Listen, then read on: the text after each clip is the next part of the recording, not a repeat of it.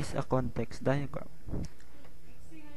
A context diagram or system context diagrams are used in system design to represent all external entities that may interact with the system. This example or this diagram picture the system at the center with no details of its interior structure, surrounding by all its interacting systems, environment, and activities. The objective of a system context diagram is to focus attention on external factors and events that should be considered in developing a complete set of system requirements and constraints. This example is the simplest examples of the context diagram. The square forms are the external entities and the center is the system.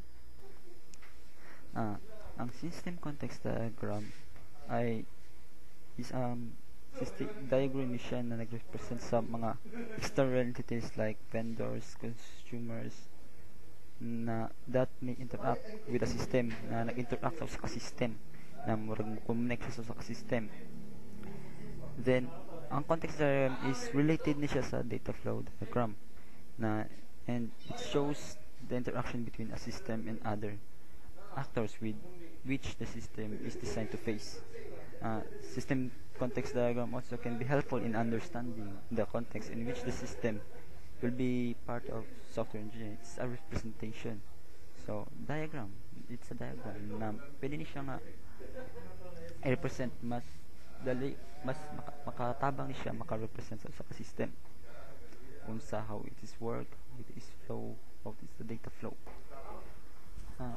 A context diagram is a top level, also known as level 0 data flow diagram. It only contains one process mode, process 0, the generalized size and the functions of the entire system in the relationship to the external entities. Diri sa example nato diri ang widget corporation mo'y ang system, ang customer, ang vendor o an agency, tax office, banks are mostly mga external entities nga nagprocess diri sa widget corporation nga nagka-transact sa ilahang mga transaction. Sa center mo'y ang system or the process, the shipments, the order, and the inquiry response, the data flow. That's all. Sometimes helpful ang pag-illustrate sa system sa paggamit ng context diagram kay nag-illustrate man siya sa mga system o nag-initialize sa entire system o nag-identify sa data flow sa entire system. Context diagram shows the entire system.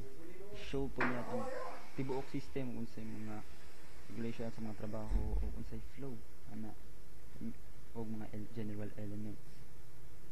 So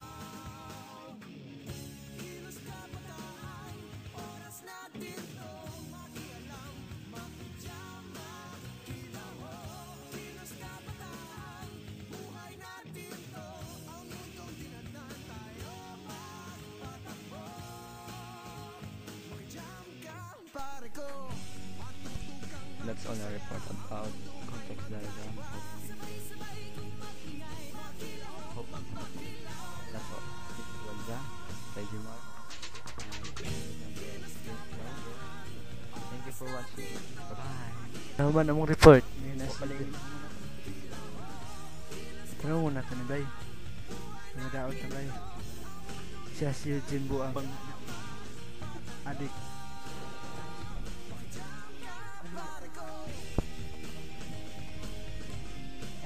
Mali. Ready na ni. Hello, Mike.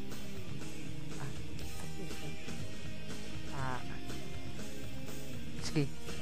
Mo na ni siya amo presentation ni Toko.